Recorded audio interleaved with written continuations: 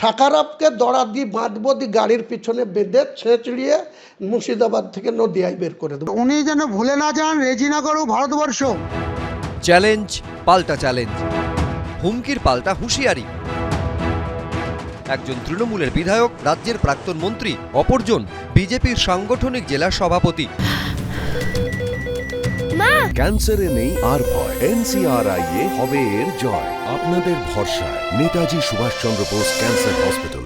মুসলমান বিধায়কদের নিয়ে শুভেন্দু অধিকারীর চ্যাংদোলা বক্তব্যের প্রেক্ষিতে মুর্শিদাবাদে ঢুকলে তাকে ঘেরাওয়ের হুঙ্কার দিয়েছেন হুমায়ুন কবির।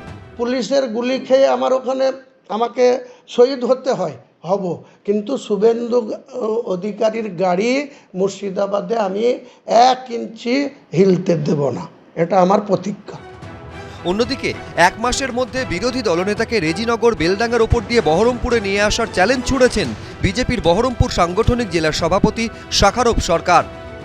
শুভেন্দু অধিকারীর সঙ্গে থেকে আমি রেজিনগরের উপর দিয়ে বেলডাঙ্গার উপর দিয়ে এই বহরমপুরে আনবো। বিজেপি জেলা সভাপতির চ্যালেঞ্জ গ্রহণ করে তার বিরুদ্ধে আক্রমণের ঝাঁজ আরও বাড়িয়েছেন ভরতপুরের তৃণমূল বিধায়ক।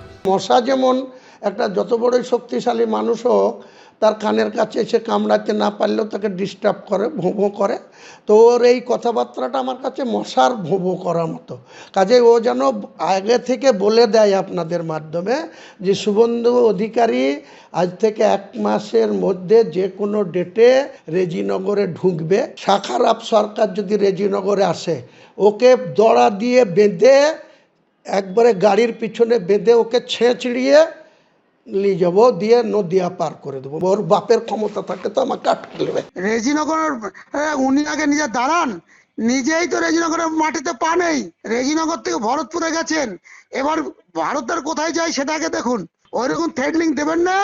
এটা আপনার তৃণমূল কংগ্রেসের কি প্রশাসন যে কোথায় দাঁড়িয়েছে, এটাতেই আপনার বক্তব্য পরিষ্কার। এই পরিস্থিতিতে সবার নজর এখন শুভেন্দু অধিকারীর মুর্শিদাবাদ সফরের দিকে। রাজীব চৌধুরী, ABP আনন্দ, মুর্শিদাবাদ।